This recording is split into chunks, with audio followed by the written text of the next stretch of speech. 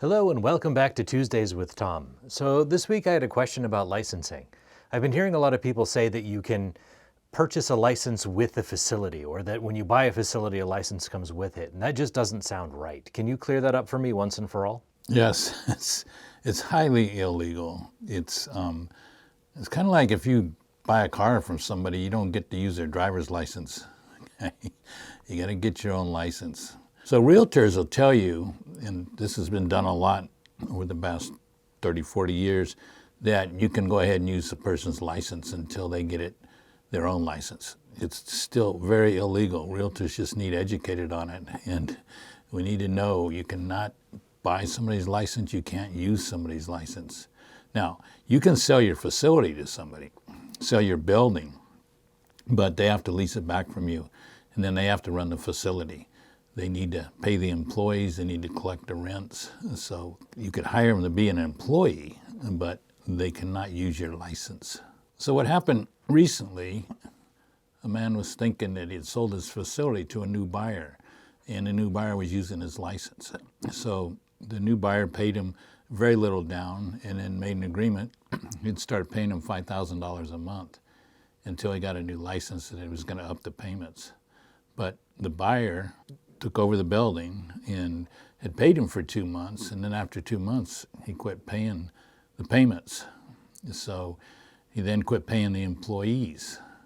And then he actually started selling off a lot of the furniture in the facility and set up a new bank account, was putting money from the residents in a different bank account. So the seller had no access to any of the money. And then the new buyer's family became very friendly with one of the residents. I mean, too friendly.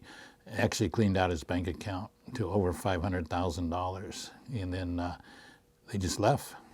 Licensing found out about it, and they came and they moved most of the residents out. Actually, all the residents eventually were moved out.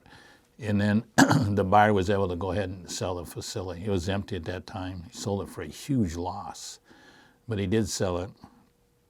The family that was ripped off, now they're suing the owner, the original owner, and they're suing him for way more than $500,000 they got ripped off for. And licensing is just saying, hey, he should have known better. So licensing is no help in that. And the guy that is probably going to lose everything he has. And the attorneys will find out what he's got available, and that's what they'll sue for. So just know you cannot let somebody use your license. Okay? Hopefully it's something, that story like that will make it clear.